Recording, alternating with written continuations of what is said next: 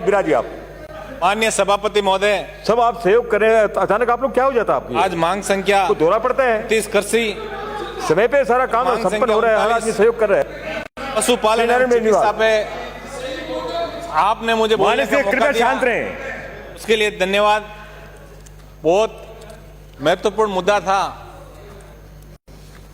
आज कृषि का और पशुपालन और चिकित्सा का। सुबह से लेकर अभी तक पक्ष और विपक्ष के सम्मानीय सदस्यों ने अच्छे अच्छे विचार भी साझा किए। मैं माननीय मंत्री जी से निवेदन करूंगा कि मृदा स्वास्थ्य कार्ड, उसकी जो दुर्गति इस प्रदेश के अंदर जो हो रही है, उसके अंदर कोई ना कोई ठोस कार्य योजना बनाने की बहुत बड़ी आवश्यकता है। माननीय मंत्री महोदय, आज मृदा स्वास्थ्य कार्ड यदि किसी मिट्टी की जांच कराते हैं तब सबसे ज्यादा आवश्यकता माइक्रो न्यूट्रिएंट्स की है, और हर जहां लगातार जो सिंचित क्षेत्र रहा है वहां अधिक फर्टिलाइजर की बात वैज्ञानिक कर रहे हैं। तो कहीं ना कहीं इसके अंदर अभी सभी मान्य सदस्यों ने जैविक खेती की बात की। पहले जब छोटे थे तब बड़ा अच्छा कार्यक्रम सरकारों ने चलाया था। एक बेटी बचाने के लिए ये जरूर कहते थे कि बहू सबको चाहिए लेकिन बेटी किसी को नहीं चाहिए। जैविक आपका मन नहीं लग रहा तो आप बाहर पधारे। जैविक खेती सबको चाहिए, लेकिन पशुपालन से जो शांति बना के रखे किसान का जो मोह भंग हुआ है सरकारी नीतियों को लेके, मान्य सदस्य इस पे कहीं ना कहीं मान्य सदस्य ठोस कार्य योजना की बिल्कुल अच्छी बात नहीं है। मन नहीं लग रहा तो आप लॉबी में पधारे। मैं मांग माननीय मंत्री जी से करूंगा। इसके अंदर पशु मेले खत्म हो गए।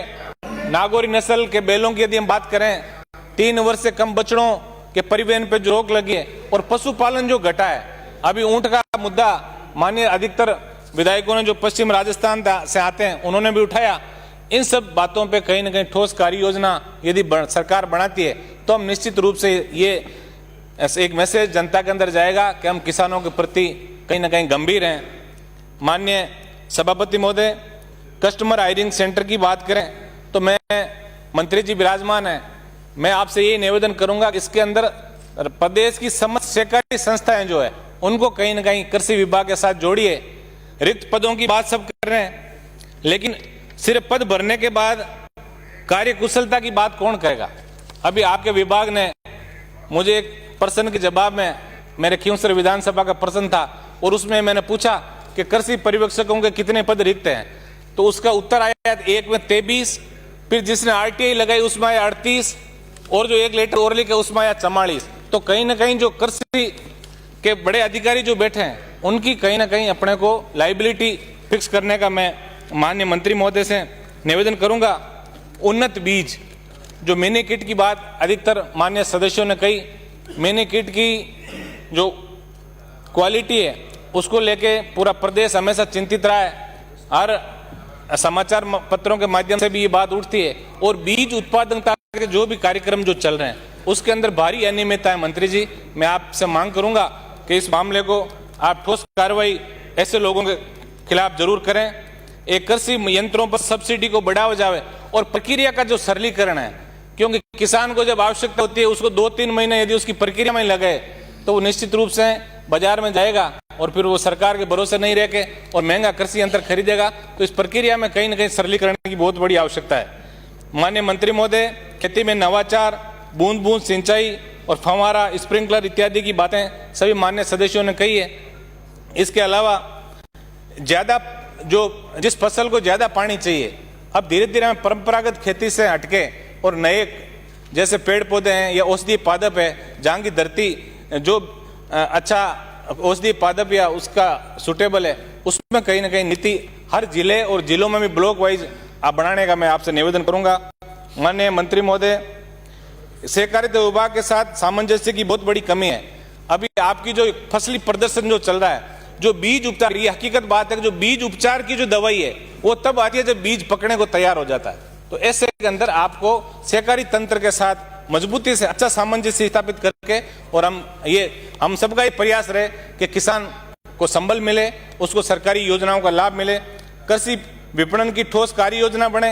अब जो तीनों कृषि कानून जो देश की सरकार लेके आई है, अभी जब आप इधर से कहेंगे तब जरूर केंद्र सरकार पे कहीं ना कहीं ठीकरा फूटेगा, क्योंकि माननीय सभापति महोदय, सास तो सास ही होती है।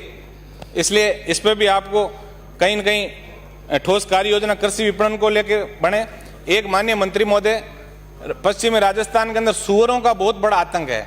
बड़े किसानों की सारी फसल जो सुअर और अन्य जो आवारा पशु है वो नष्ट कर देते हैं। तो तारबंदी और सुरक्षा दीवार का जो है इसके अंदर कहीं अनुदान या ऐसी सरकारी सहायता मिले, जैसे किसानों की फसल को अपन दुगुनी करने की बात तो कह रहे हैं, लेकिन उस रास्ते पे चलने की ओर हम अग्रसर हों।